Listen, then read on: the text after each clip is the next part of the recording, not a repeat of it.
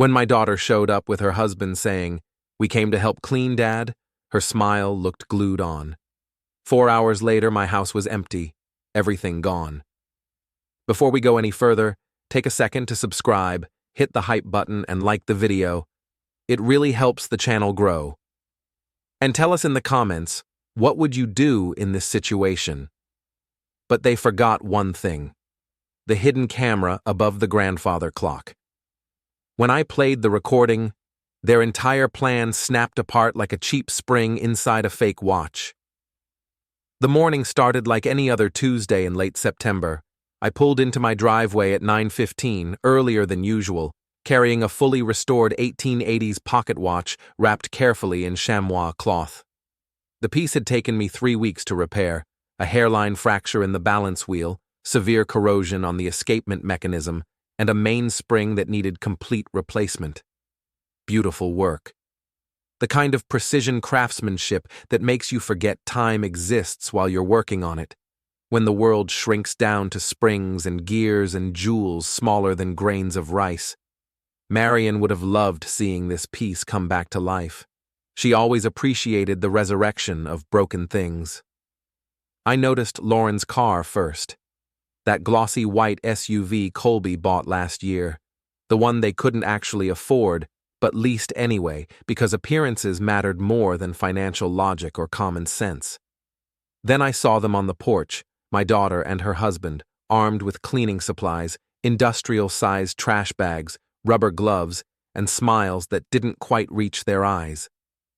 Those smiles had a quality I recognized from decades of examining broken mechanisms: forced, artificial, performing a function without the genuine article behind it. "Dad!" Lauren waved, her enthusiasm cranked up several notches too high, like an overwound mainspring ready to snap. "We thought we'd surprise you, help you organize a bit, get this place cleaned up." I've been a watchmaker for 37 years, started as an apprentice right out of high school, learned the trade from old masters who understood that precision isn't just about measurement. It's about intuition, about feeling when something's wrong before your instruments confirm it. You learn to spot when something's off. A gear that wobbles just slightly out of true. A spring wound too tight, storing dangerous energy.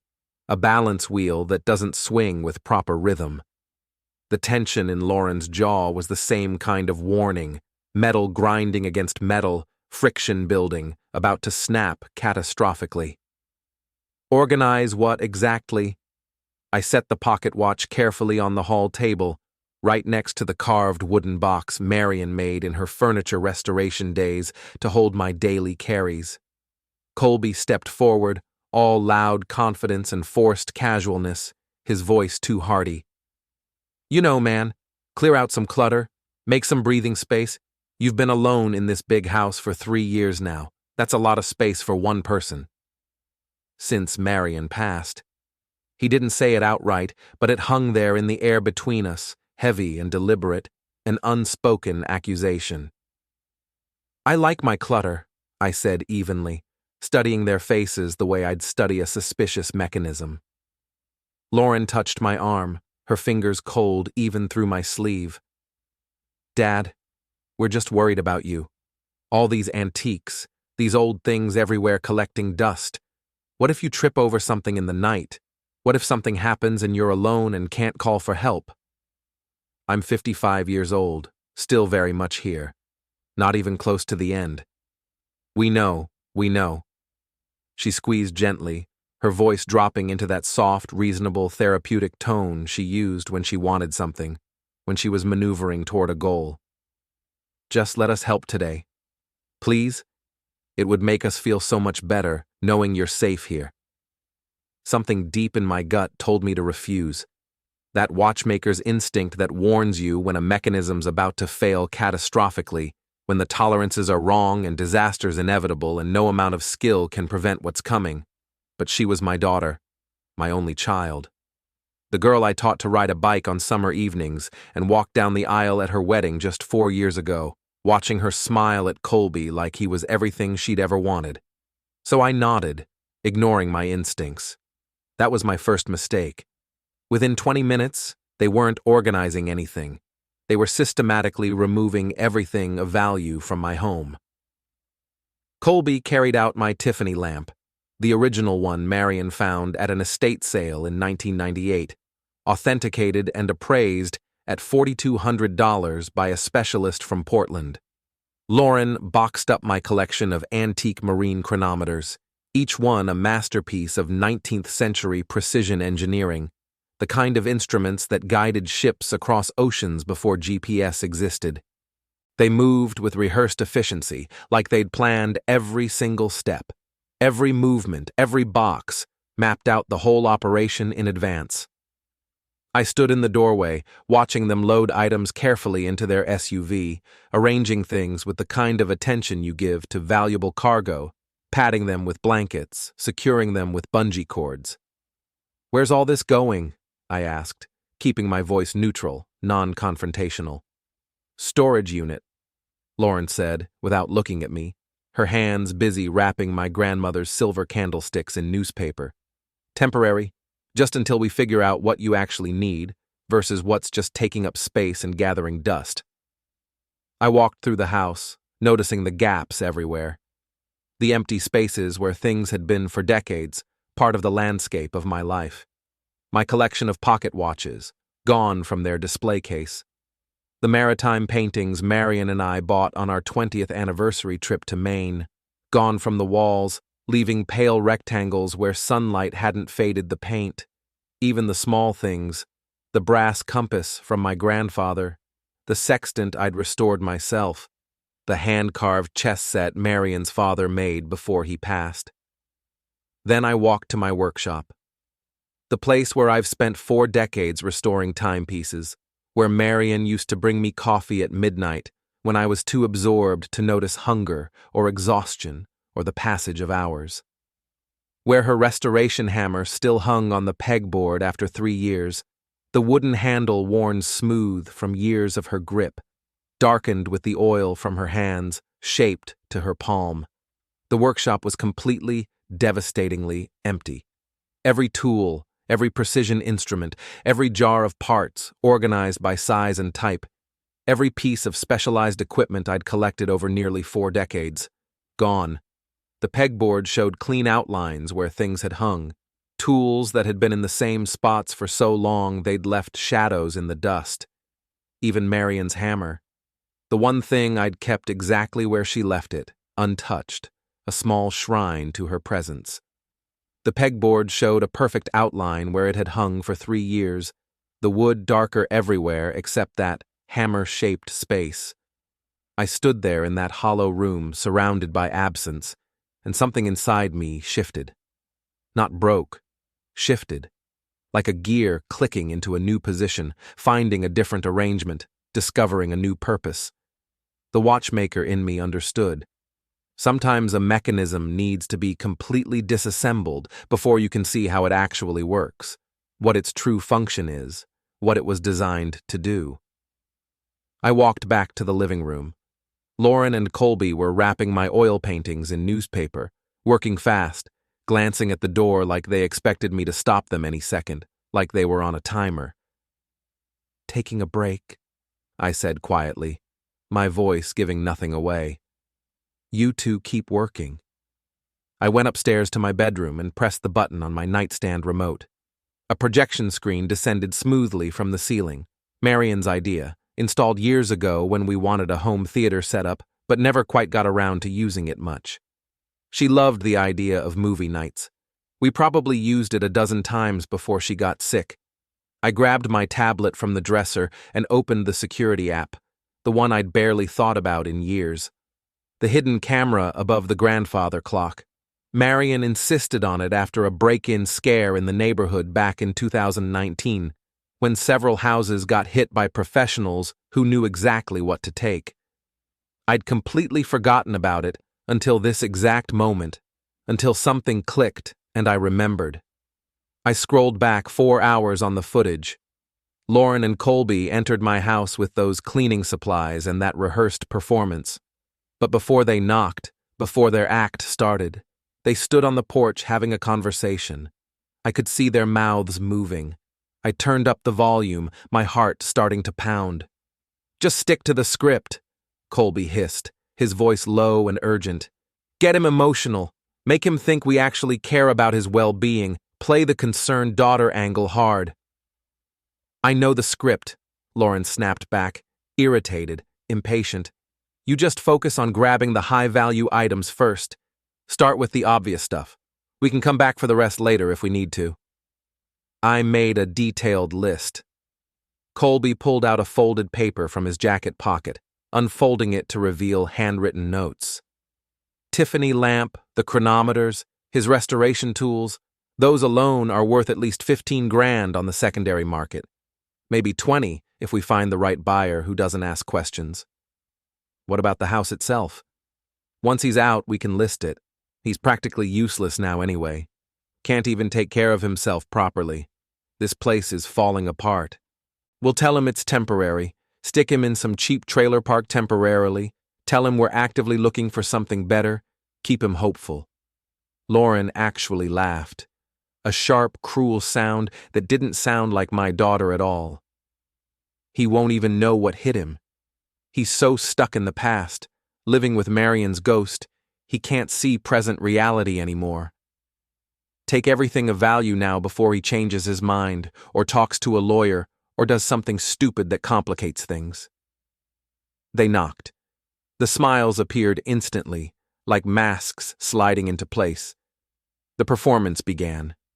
I sat on my bed watching them move through my house for the next 4 hours, marking items with small post-it notes, texting buyers with photos, taking pictures of serial numbers and maker's marks for authentication. At one point, Lauren held up Marion's favorite teacup, the delicate porcelain one with hand-painted roses, part of a set her grandmother brought from England, and said to Colby, "Who even keeps this junk? It's not worth anything to anyone." Colby laughed, examining a box of Marion's gardening tools. Old people are hoarders. They attach sentimental meaning to literal garbage. It's pathological. I watched the entire thing. Every minute, every cruel word, every casual dismissal of my life, my marriage, my history, every moment of their calculated betrayal playing out in high definition. When I came back downstairs, they were finishing up, sweating slightly from the physical effort, looking satisfied with themselves. "We got so much done." Lauren hugged me, and I could feel the performance in it, the calculated pressure, the fake warmth radiating off her like heat from a malfunctioning machine. "You'll feel so much better with all this space. Really. Trust me on this, Dad. This is good for you." "Where exactly did you take my workshop equipment?" I asked, my voice steady. Colby's smile faltered for just a second, a micro-expression I caught because I was looking for it. "Storage, like we said, safe and sound." "Which storage facility? I'd like the address. For my records." "The one on North Side, big place, climate-controlled. Your stuff will be perfectly safe there." He was already moving toward the door, ending the conversation. "Look, we really gotta run. Busy day ahead. We'll check on you tomorrow, okay? Make sure you're settling in with all this new space." They left fast, almost running to their SUV, loading the last items quickly. I sat alone in my gutted living room. The grandfather clock, the one massive piece they couldn't fit in their vehicle, ticked steadily in the corner. That familiar rhythm Marion and I had fallen asleep to for decades. The sound of time passing, mechanical and indifferent to human betrayal, continuing regardless of what people did to each other. I didn't cry, didn't rage, didn't crumble into despair or shock. I laughed. Quietly at first, then harder, the sound echoing in the empty room, bouncing off bare walls.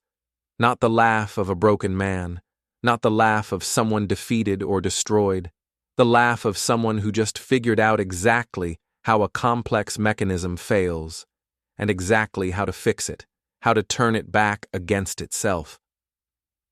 I rewound the security footage one more time, zoomed in carefully on the moment when Colby loaded the last boxes into his truck. The vehicle had a logo on the side, partially visible between blankets. Northside Pawn, we buy anything, Cash paid daily, no questions asked. Not a storage unit, a pawn shop. They'd taken my life's collection, 40 years of careful acquisition and restoration, and sold it for immediate cash. Probably got a fraction of its actual value from someone who knew they were desperate. I grabbed my jacket and my truck keys and headed out immediately. Merle Hawkins ran Northside Pawn. We'd known each other for over 20 years. He used to bring me vintage watches to restore, complicated pieces that needed someone who understood the old mechanisms, the pre-quartz era when watchmaking was still an art form. Sharp guy. Excellent memory for faces and objects. Even sharper sense of when something didn't smell right, when a deal was too good, when sellers were lying. The drive took 15 minutes through afternoon traffic.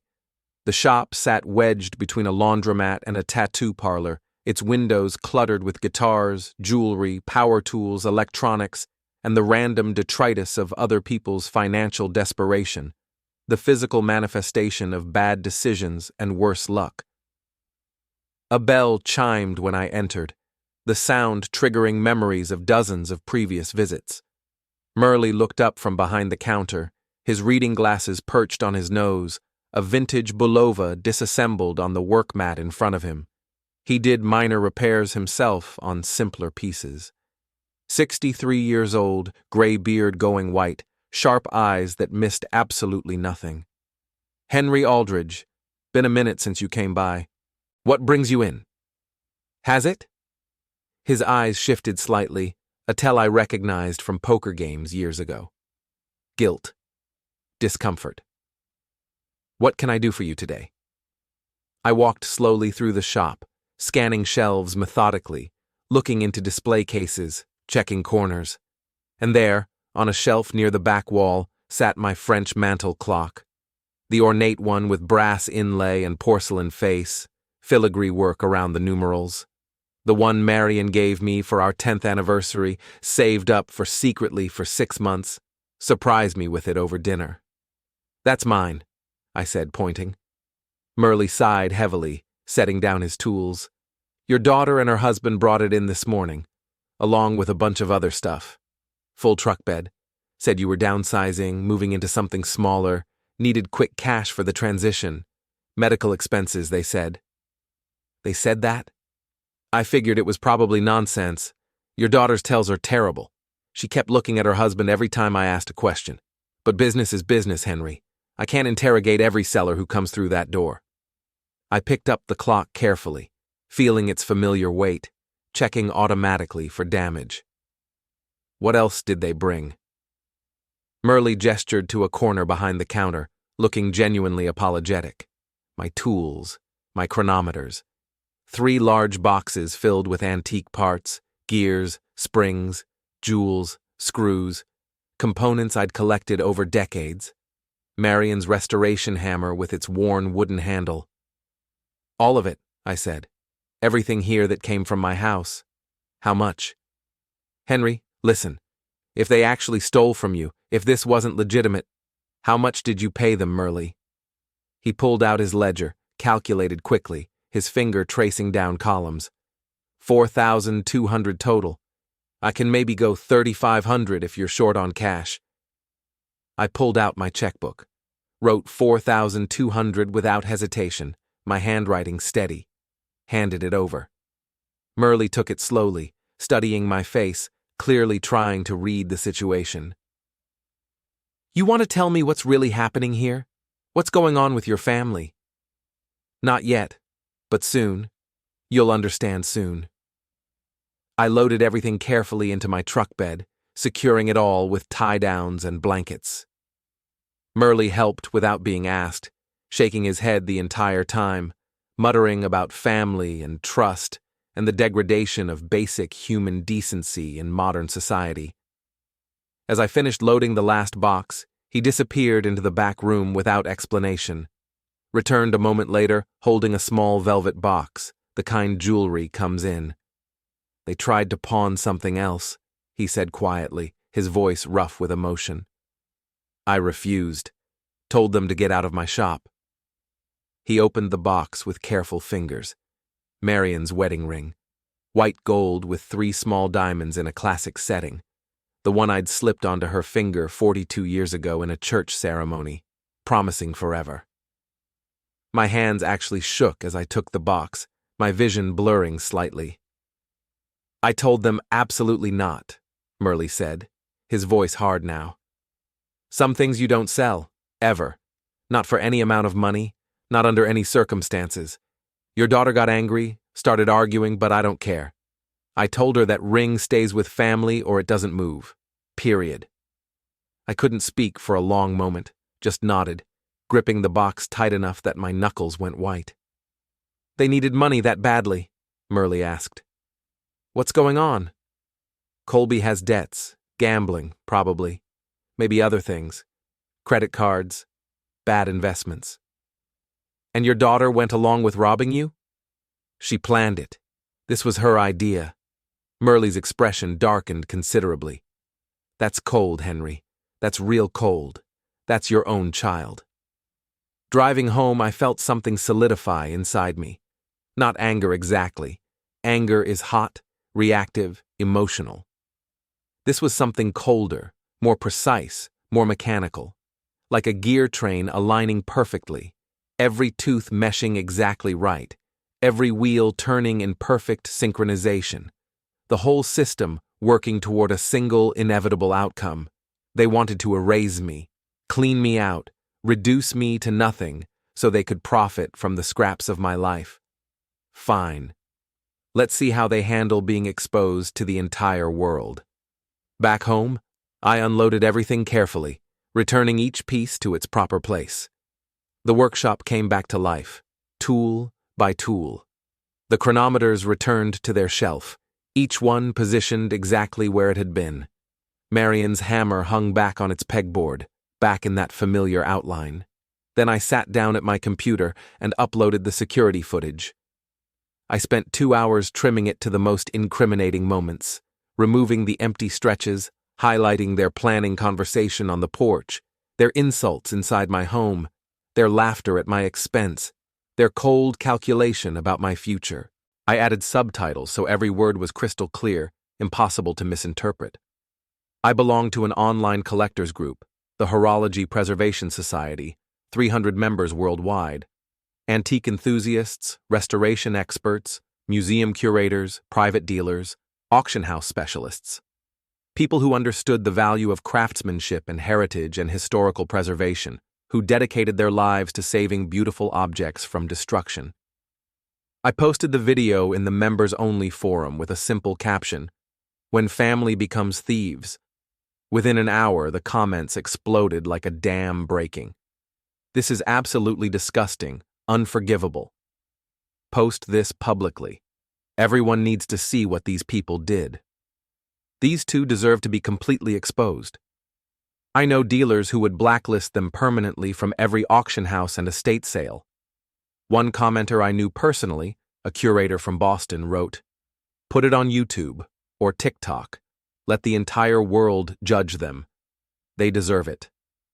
I sat there staring at the suggestion, my finger hovering over the mouse. Going public meant no turning back. It meant consequences I couldn't control or predict. It meant permanent damage to Lauren's reputation, to her life, to any future she thought she had planned. Then I remembered her holding Marion's teacup, calling it junk. I remembered Colby laughing about old people being hoarders. I remembered them trying to pawn Marion's wedding ring for cash. I remembered them planning to put me in a trailer park. I created accounts on YouTube, TikTok, Instagram, Facebook, Twitter. Uploaded the video everywhere with the same title. My daughter and her husband tried to steal my entire life. Added hashtags, elder abuse, family betrayal, theft, exposed. Then I went to bed and slept better than I had in 3 years. I woke to my phone vibrating continuously, a trapped insect made of silicon and electricity, the screen lighting up over and over. The video had gone viral overnight. 2 million views on TikTok, 500,000 on YouTube, shared 40,000 times on Facebook. The numbers kept climbing in real time as I watched, refreshing every few seconds. I made coffee in my newly sparse kitchen and sat at the table watching the comment sections scroll past like a river of judgment. Imagine stealing from your own father, your own parent. That laugh when she says he's useless. Absolutely evil, sociopathic. Someone needs to find these people and make sure everyone in their lives knows exactly what they did. Someone did find them. Within hours, internet sleuths identified Lauren and Colby from profile pictures, tagged locations, mutual friends, cross-referenced social media. Their full names appeared in comments. Their social media accounts were immediately flooded with thousands of angry messages. Their faces became memes. Screenshots circulated on Reddit, Twitter, Instagram stories, TikTok duets. Lauren Harris, worst daughter of 2024. Colby Harris, professional scumbag and thief. The internet's justice system was swift and absolutely merciless. I received a notification that my video had been featured on a popular commentary channel with 3 million subscribers. The host spent 22 minutes breaking down every terrible moment, his outrage genuine and amplified for his audience, playing and replaying the worst parts. More views, more shares, more exposure. The algorithm picked it up, started recommending it, pushed it to millions more people. Lauren called at 7:30 in the morning. I watched my phone vibrate on the table, her name flashing on the screen. Let it ring until voicemail picked up. She called again immediately. And again. 12 times in 30 minutes, each call more desperate than the last. Finally, I answered on the 13th attempt. "Dad?" Her voice cracked immediately, raw with desperation and fear. "Dad, please, you have to delete it. You have to take it down, please." "Delete what?" "The video. It's everywhere. Everyone I know has seen it. People are sending me horrible messages. Strangers are showing up at our apartment building. Someone found our address. Colby lost 3 freelance clients this morning before he even woke up. His phone won't stop ringing with people canceling contracts. We're getting threatening emails. Please, I'm begging you. Take it down. Delete it." "You called Marion's things junk." Silence on the other end. Just breathing, ragged and panicked. "You planned this for months," I continued, my voice steady and calm. "You were going to put me in a trailer park and sell my home out from under me. I didn't mean it like that." "Yes, you did. It's on video, Lauren. Your exact words, clear audio, subtitled." "People make mistakes." This wasn't a mistake. This was calculated, premeditated theft. Conspiracy. "Dad, please, I'm your daughter. You tried to pawn Marion's wedding ring." I heard her breath catch, heard her start to cry. "For cash," I added. "You were going to sell your mother's wedding ring for gambling money to pay off Colby's debts." "That wasn't. Colby needed. It was complicated." I hung up. She called back immediately. I blocked her number. Colby tried next, left a voicemail threatening legal action, claiming defamation, invasion of privacy, emotional distress, intentional infliction of harm. His voice shook with rage and barely controlled panic. I saved the message carefully, added it to my growing file of evidence. By afternoon, local news picked up the story. Channel 7 ran a segment during the evening news. Viral video exposes alleged elder abuse in local family. They blurred Lauren and Colby's faces for legal reasons, but everyone watching already knew exactly who they were.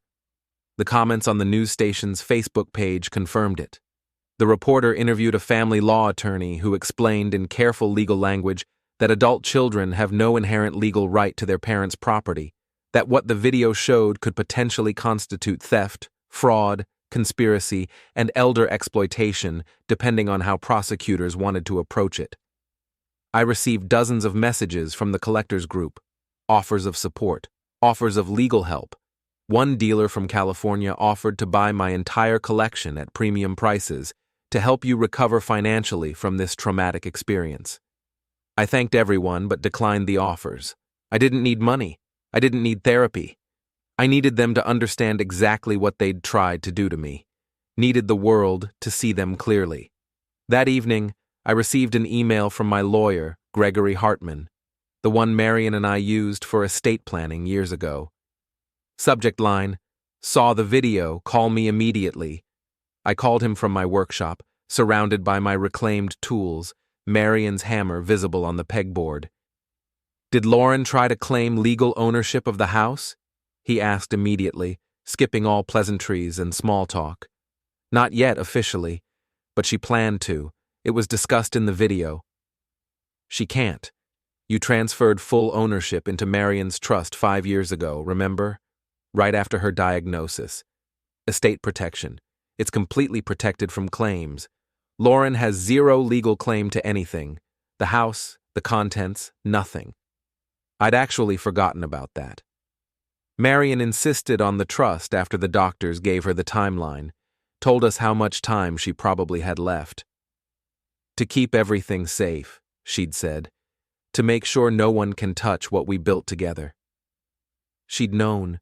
Somehow, Marion had known to protect me even after she was gone.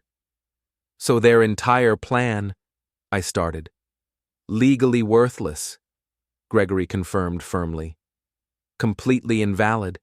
The house is untouchable. If they try anything official, if they file any paperwork, we'll destroy them in court.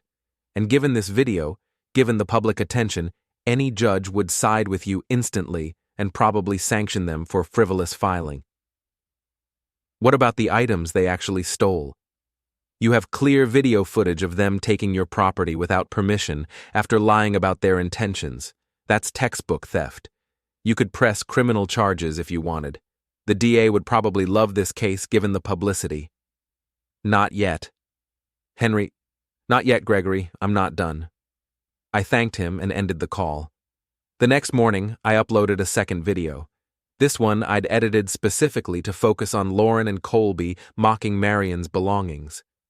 I'd cut together every cruel comment, every dismissive laugh, every casual insult directed at my late wife's memory and possessions. Every moment of disrespect. Lauren holding the teacup. "Who keeps this junk? It's worthless." Colby examining Marion's reading glasses with contempt. "Old people are hoarders. They attach meaning to literal garbage. It's sad." Lauren looking at Marion's gardening tools. "None of this is worth anything. It's all trash. We should just dump it." Colby laughing. "She's been gone 3 years and he still has all her stuff. That's not grief. That's mental illness." The internet response was nuclear. Explosive. Furious. They disrespected his deceased wife. This is beyond stealing. This is pure calculated cruelty. These people are genuinely evil. Sociopaths. Someone please make sure they never work again. Blacklist them everywhere. Marion's old friends, women she volunteered with at the community center, her book club members, her gardening club, the church group, they all shared the video with their own commentary, their own outrage. Henry Aldridge was a saint who dedicated her entire life to helping others, and these monsters disrespected her memory. The local community turned completely against Lauren and Colby within days. Their landlord received dozens of complaints from other tenants who'd seen the videos and didn't want to live near those people. Colby's remaining freelance clients dropped him with immediate effect, citing reputational concerns. Lauren's carefully curated Instagram account, full of lifestyle photos and motivational quotes and wellness content, became a graveyard of angry comments until she deleted it entirely, erasing years of content. Their social media presence evaporated completely, accounts deleted or set to private. Digital ghosts. I sat in my workshop, now fully restocked with my reclaimed tools, and felt nothing but calm, mechanical satisfaction. Like watching a complicated repair come together perfectly, every piece fitting exactly where it belonged, every component working in harmony. Then my phone buzzed with a text from Owen. Owen Brooks, 61 years old, retired firefighter, Marion's cousin on her mother's side, my closest friend since childhood, since we were kids playing in the street. "Henry, Heard from my nephew Trevor, who works at the grocery store on Maple. Lauren and Colby were there this morning, causing a scene. Heard them talking loud, angry, agitated. They're planning to come to your house tonight. They're past rational thinking. Be careful. Want me there? I replied immediately. Yes. Come at 7. Bring food.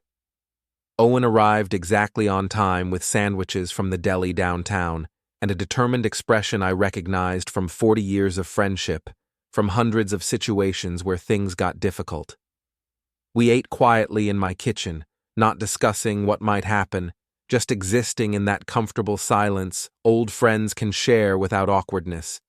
At 8:43, headlights swept across my living room window. A car door slammed, then another, harder. Footsteps on the porch, fast and angry, heavy with intent. The door burst open. They still had a key, I realized, one I'd given Lauren years ago for emergencies, for times when I might need help. Delete it! Lauren screamed the moment she saw me, her voice cracking. Delete everything right now, all of it! I stood slowly from my chair. Owen positioned himself casually near the workshop doorway, his body language relaxed but ready. You had no right. Colby's face was flushed, dark red, veins visible in his neck and forehead. You destroyed our lives, everything we built, our reputations, our careers, everything. You tried to destroy mine first. We were trying to help you, to take care of you. By stealing everything I owned? You don't need all this stuff. Lauren gestured frantically around the room, her movements wild. You're alone. You're getting older. This house is too big for one person. These things are just objects. They're my objects, my life, my history. They're meaningless. Her voice pitched higher, hysterical. But our lives, our careers, our future, that's real, that matters. And you destroyed it for revenge, for petty revenge. I showed people who you really are. Please, Dad. Lauren's tears were real now, desperate and afraid, her mascara running. Please, people won't stop. They found our apartment address online. Someone threw a brick through our window yesterday with a note. Someone else slashed all 4 of our tires. They're sending us threatening letters in the mail. Actual physical letters. We can't live like this. We're scared. That's unfortunate. Unfortunate. She stepped closer, her hands trembling uncontrollably. You did this. You ruined us. You took everything from us. Our friends won't talk to us. Colby's entire professional network dropped him. My boss called me in and said maybe I should take unpaid leave until this blows over. We might lose our apartment. You tried to take everything from me first. You just failed. Colby moved suddenly toward my workshop door. I'm deleting those files myself. Where's your computer? Your phone? Where do you keep your accounts? Owen stepped smoothly in front of him, blocking the way. No, you're not. Get out of my way, old man. This doesn't concern you. Make me move. They stood there, tension coiling tight like a mainspring wound to breaking point. Colby was younger by a decade, bigger by 30 pounds, fueled by desperation and rage and fear. But Owen had 40 years of forcing open doors, pulling people to safety from burning buildings and dealing with aggressive drunks. His stance was relaxed, but absolutely immovable.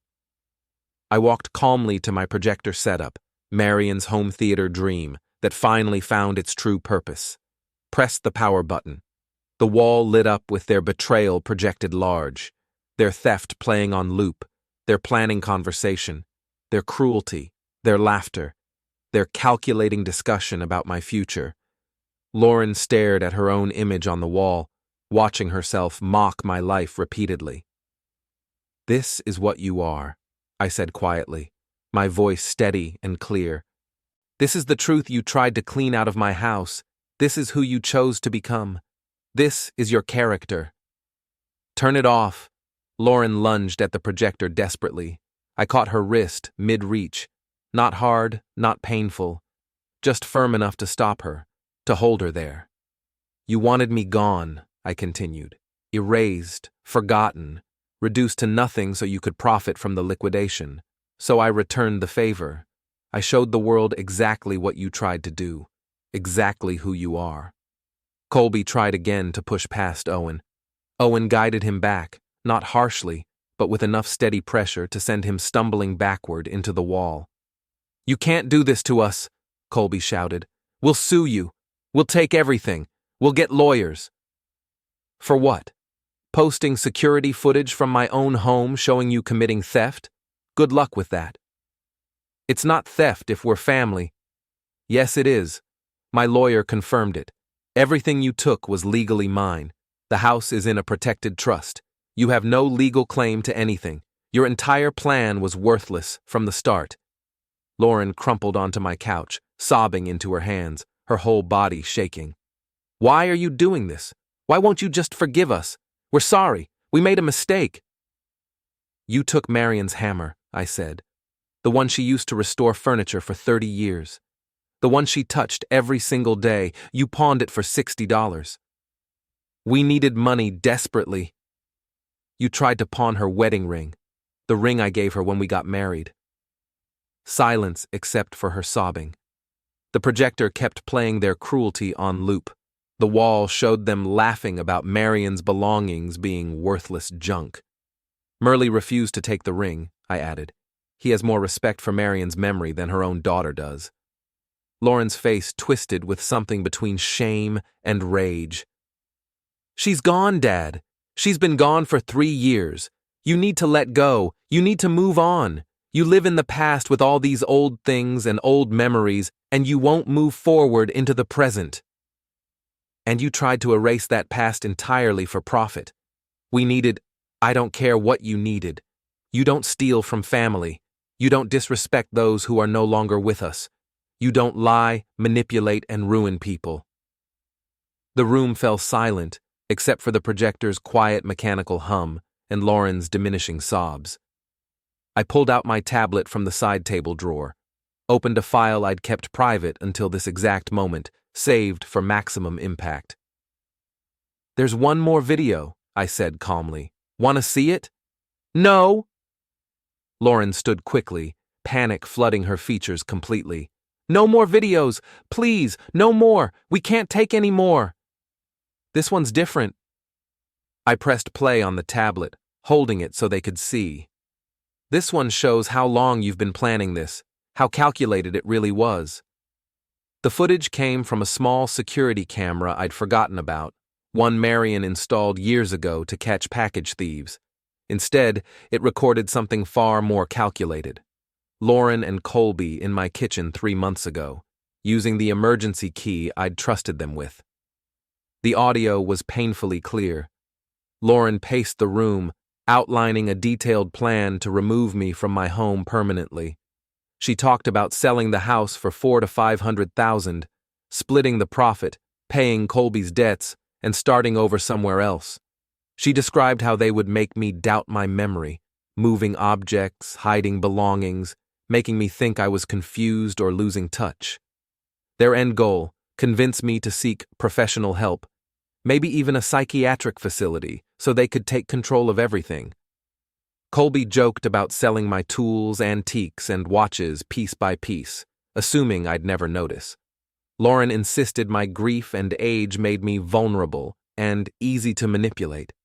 They laughed together, completely unbothered. I paused the video.